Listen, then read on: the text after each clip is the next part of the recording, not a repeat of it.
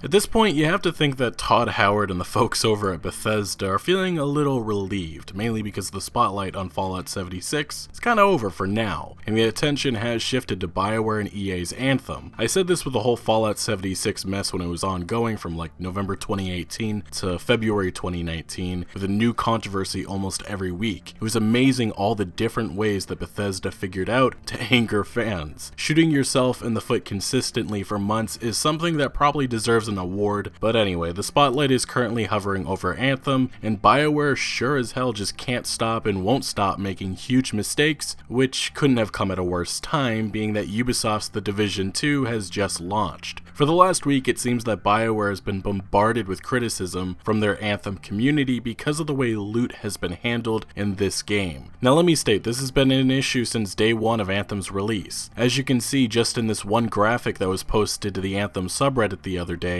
all the loot looks the same, which kinda is a problem in a game which is considered a looter shooter. The loot needed to be appealing day one, and honestly it's severely lacking, which is a lingering issue that may take months to get somewhat addressed. Interestingly, BioWare's lead systems designer Chris Schmidt did address this issue by saying in a now deleted post, "It's a bit of apples and oranges. In a first-person shooter, the gun is your character that you see on the screen, so there's much more of a personalization impact if you invest in gun looks. In Anthem, it's a third-person shooter with a zoomed-out camera, so we invested pretty heavily in suit personalization since that is what your character is on the screen most of the time. The gun is typically either on your hip or mostly obscured during gameplay. That isn't to say there is an opportunity there, just explaining why we went one direction over the other before launch," which I don't necessarily agree with that statement, considering the weapon obtained by the freelancer in the E3 2017 footage looked pretty darn appealing, especially with how it was presented, but it was completely removed from the game. Additionally, The Division 2, another third-person looter shooter, just launched, and I've heard a lot of praise for the game's loot. The one thing I can agree on is suit customization is pretty good, although again, certain parts of that aspect is extremely limited right now, like armor sets, which likely will be drip-fed through the microtransaction vanity store. Overall though, with that statement, I don't buy the excuse for why weapon loot is so bland. But besides this specific problem with the lack of unique loot and real variety in terms of weapons, another loot-associated issue has escalated recently, this being loot drop rates. As most of you have heard by now, for the second time, a bug emerged making Anthem feel more rewarding with higher drop rates of legendary and masterwork items. Though this didn't last, as BioWare pushed an update early to resolve this bug and other issues, even with fans' pleas not to fix the bug that actually made the game fun. BioWare went ahead anyway, which resulted in the enraged community quite literally turning on them. One fan even started a protest on the Anthem subreddit, which was to boycott the game for a few days to show their dissatisfaction with how the game was being handled. As they stated in their post, "You're pissed? You want to make a point once and for all? Well, what could hurt a game that has real money transactions for cosmetics or is a live service more than anything? Player numbers. Get your point across, simple as that. Stop playing the game for a whole week," hopefully with the support of the entire subreddit, to show BioWare that all it'd take for us to really enjoy the game is to receive loot. Now this post garnered a lot of attention, and really, BioWare's response to anger with how loot drop rates were handled came a few days actually prior to this post, in which BioWare's head of live services, Chad Robertson, explained on Twitter, "We appreciate all the feedback from the community on the game. We love the passion and share it. We're not yet fully happy with the game's loot behavior either. One of the downsides of moving so fast to improve it is that we're making changes to complex loot systems in several areas, and it's then harder to know how it's performing. In the next few months, we're expecting to make significant changes, but we're starting with some incremental ones so we can better navigate that evolution. Our goal is to ensure the best possible player experience." So the real problem with that response is the fact that no immediate fix was going to be coming, but fortunately, maybe thanks to all the pressure, just a few days ago an update was made improving loot drop rates. Like I said earlier on in this video, mistake after mistake has severely hurt Anthem. We've had Anthem hard crashing consoles, some players even thought they had their consoles bricked because of Anthem. Then there was also players finding out that level 1 weapons were performing more damage than the best weapons in the game. Then just a few days ago it was discovered that loot really doesn't matter in Anthem. As Reddit user Temperhoof Uncovered patch 1.0.3 pretty much broke Anthem. As they state, playing the game as intended will only result in diminishing returns, worthless inscriptions, useless components, and pointless weapons. Furthermore, they highlighted how combined power score is utterly pointless. The game instead just averages what you have physically equipped that isn't level 1 and combines that number into a simple variable to select an arbitrary multiplier not related to your equipment. And I will have a link to this whole post in the description below so you can see the more in-depth findings that this user made, but their conclusion was that this isn't some sort of bug, this is a fundamental design flaw. At this point, the game is lying to you about how much damage you're doing. This is why there is no stat sheet, as there isn't anything worth recording. If you play the game thinking your power scores, weapons, abilities, components, or the inscriptions attached to them matter, then you're doing yourself harm. Follow my advice, realize that as of 1.0.3, none of it matters anymore and just become melee and ultimate spamming gods. Now, BioWare's response to this problem was, we're working on a fix for the next update, and based on some of the comments made by the community manager for how this is being quote-unquote fixed, the community doesn't sound convinced that this will actually be solved. I've been saying this for a while now, but Anthem seriously needed more development time, and I understand that this game has been in development already for 6 years, but this doesn't excuse the various technical issues that plague this game and why it feels so unfinished right now. I find it truly fascinating how so many developers are jumping on the live service train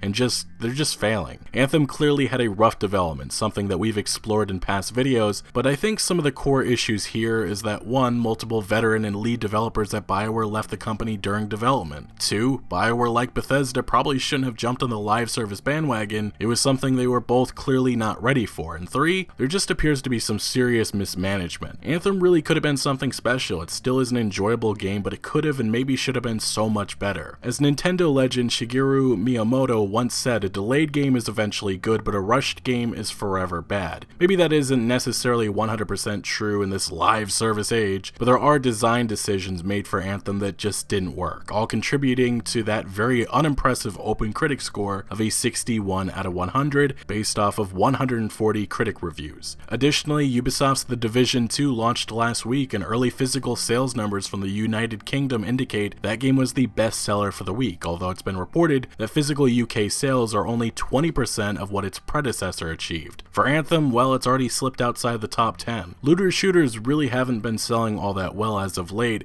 which could mean trouble for the future of this genre. Looking to Anthem's future, it definitely will be interesting to see if it can rebound, but for now, BioWare faces a community that really is not all that happy with how things have been going. Days ago, a Reddit user took their frustration to the Anthem subreddit, in which they just laid out all their issues with the game. Some of the things they brought up were how BioWare's communication with fans hasn't exactly been very clear post-launch, BioWare hasn't learned from mistakes in the past, like from the mess that was Mass Effect Andromeda, Anthem currently has a lack of content, a variety of unique items, and BioWare has not been listening to feedback. Those were some of the points made by this user, and they did also bring up how Anthem's lacking quality and continuing problems only hurts potential future BioWare games. And I think that is true, people don't forget, which is why I don't understand the allure to rush an unfinished game out the door. What I did find interesting about this post is the fact that BioWare's community manager did tackle a lot of the points, and for the sake of time, I'm not going to read every single one, but I do want to read what they had to say in regards to communication. To start, things used to be a lot friendlier here for dev team members who normally don't talk on social channels or forums. They could answer questions, give information, and know that they aren't going to have people getting upset at them. Why would a dev team member take time away from working on the next update to post when they know it's likely to be met with hostile replies, or they get flamed because they can't answer other questions that players are asking? I don't mind posting here when things aren't so nice, but that's because it's my job. For the devs, it isn't their job, and I like to ask that people remember that when replying to them. When some people say be nice or the devs will stop posting, it's 100% true. Be respectful and constructive with your feedback and more team members will likely reply. The one thing I can say about those criticizing developers in general, I usually don't blame them. It's typically executives making all the decisions, like to rush an unfinished game out the door. But what I can say is people spent money with the promise that the game will be supported, and on day one,